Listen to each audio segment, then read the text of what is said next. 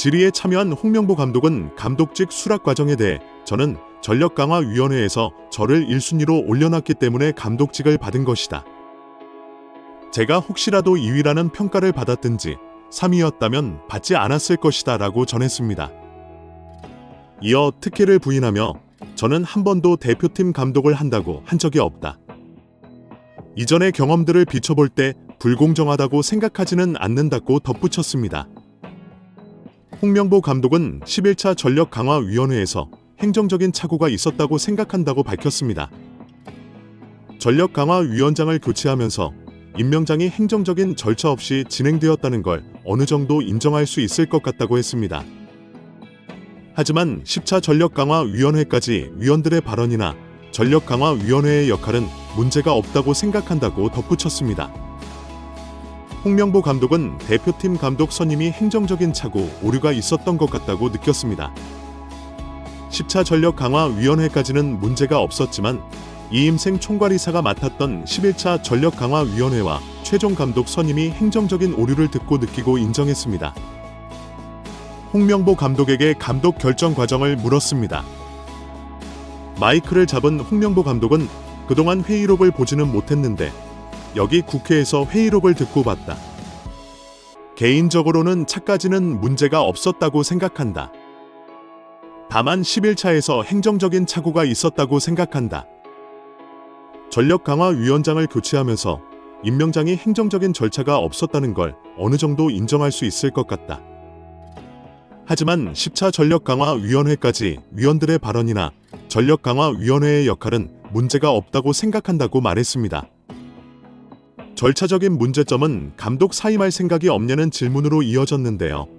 홍명보 감독은 이 문제를 가지고 감독직을 사임할 생각이 없다. 감독은 성적이 좋지 않다면 언젠가는 경질이 된다. 내 역할은 남은 기간 동안 대표팀을 강하게 만드는 것이라고 답했습니다. 완전히 미쳐버린 홍명보입니다.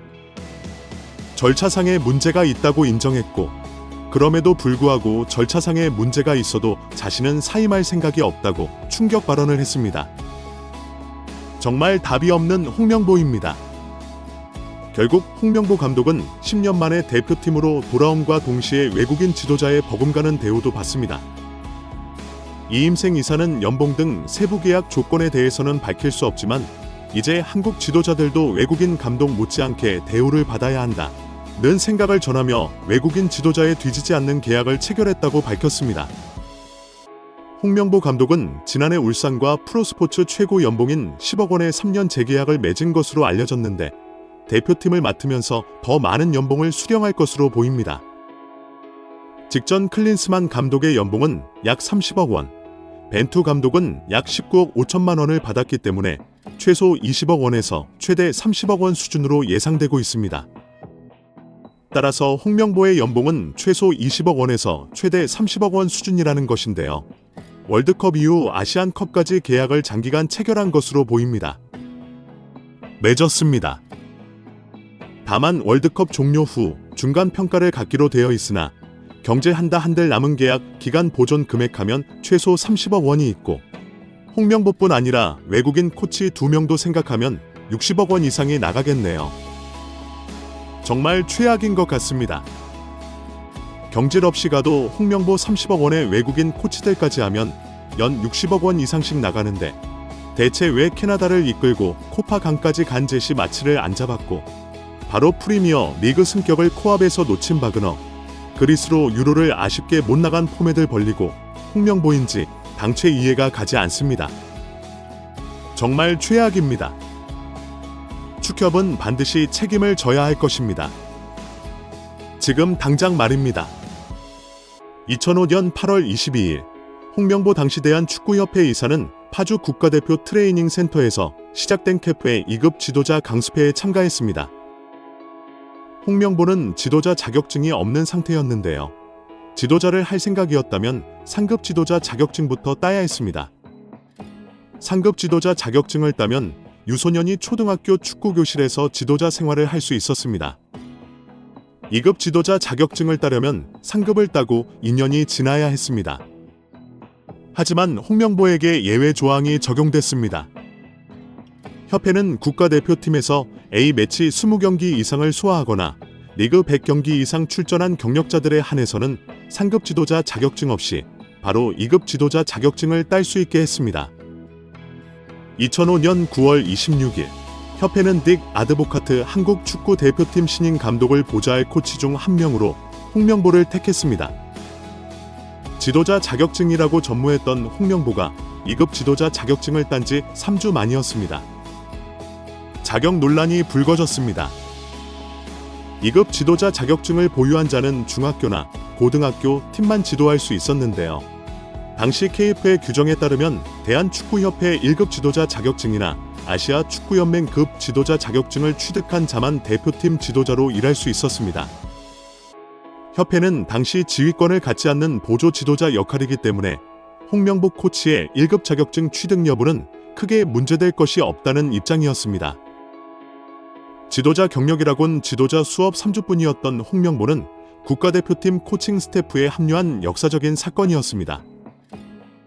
홍명보는 국가대표팀 코치를 맡은 지 1년이 채 지나지 않아 2006 독일 월드컵을 치렀습니다.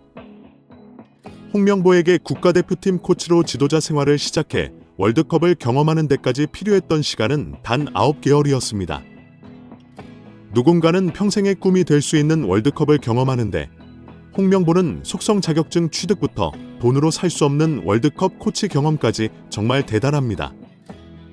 이후에도 홍명보는 탄탄대로였습니다. 가장 두드러진 인물이 바로 지금이 시끄러운 와중에 축구 대표팀 감독을 맡은 홍명보 감독입니다. 박종환 감독이 대표팀을 이끌던 1995년 한국팀은 코리아컵 준결승전에서 예선에서 쉽게 승리했던 잠비아에 패했습니다. 그런데 이 경기 전날 박 감독의 억압적이고 비인격적 훈련에 불만을 품고 있던 홍명보, 황선홍 등 주전 선수들이 경기 전날 술집에서 대치할 정도로 술을 마신 사실이 언론에 보도돼 난리가 났습니다. 그래서 홍명보 선수 등은 징계 위기에 처했는데 이들은 그 제보자로 박 감독을 꼽았고 언젠가 안 갚으마리라 맹세했다고 합니다. 다음해 아시안컵 8강 대회란전에서 한국은 6대2로 참패하여 유례를 찾기 힘든 처참한 패배를 당했습니다. 특히 전반에 2대1로 앞서고 있었는데 휴식 시간 라커룸에서 무슨 일이 있었는지 후반에만 연속으로 5골을 먹은 것입니다. 당사자들은 부인하지만 이 사건은 축구계뿐 아니라 축구 팬들도 의혹을 거두지 않고 있습니다. 박 감독은 결국 감독에서 물러났고 당시를 회상하며 자살까지도 생각했을 만큼 개인적으로도 충격이 컸다고 했습니다. 한국이 참패를 당하자 국내 언론들은 하나회를 이끌고 있는 홍명보가 태업을 이끌었다. 박종환 감독을 끌어내리기 위해 선수들이 태업을 했다라는 등의 뒷말들이 돌긴 했지만 끝내 참패 원인의 진실은 밝혀지지 않았습니다.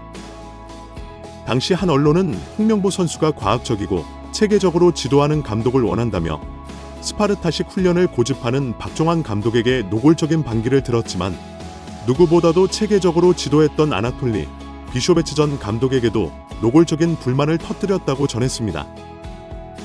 조중현 당시 KBS 해설위원은 차 홍명보가 선수로서의 본분을 망각한 것 같다. 옛날에는 감독의 그림자도 밟지 않았는데 어쩌다 이 지경이 됐는지 모르겠다고 개탄했습니다. 하석주 전 전남 감독은 최근 언론 매체와의 인터뷰에서 하회는 그냥 봉사단체다. 내가 회장을 맡고 있다고 밝혔지만 특별한 이야기는 하지 않았습니다.